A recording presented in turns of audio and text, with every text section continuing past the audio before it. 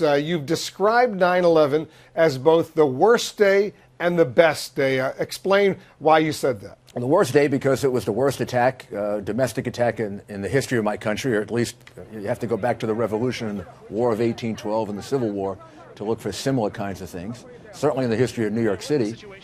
And at the same time, it was a day of more heroism, more patriotic fervor, more assistance, more charitable action and activity than I ever saw ever in my life. I mean, I never saw this kind of desire to want to give at 4 or 5 o'clock in the afternoon. Seemed to me like 1,000 construction workers descended on ground zero. The darn place was in flames at the time. And these guys wanted to go in and just drag people out. And they just came. Nobody asked for them. Nobody called them. We got help from all over the country. The firefighters who put up the flag, the firefighters who saved so many lives inside the building. So you had both. You were shocked by the attack and the loss of life, and in my case, the loss of a number of good friends. On the other hand, you were just elevated by the tremendous spirit of courage and the desire to fight back, which was almost immediate.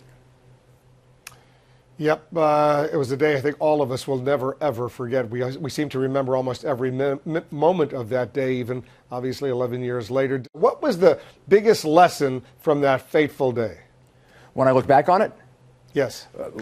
We had been preparing for a terrorist attack since the day I took office, 1994, because we had been attacked in 1993, a year before I took office. And we had started the first Mayor's Office of Emergency Management. We used to do drills, exercises. We were ready for sarin gas, anthrax, suicide bombings. Here's the lesson that I got out of it. We had underestimated the impact they could have on us, probably by half. Everything was too small. Our 9/11 system was too small.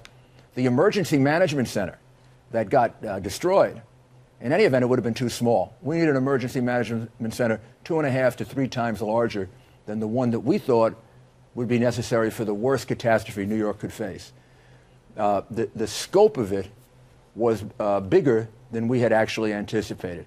I think we responded to it well, and we did some catch-up very, very quickly. We set up a new emergency management center in a half hour. We set up a bigger one, Governor Pataki and I did about 3 days later at the pier.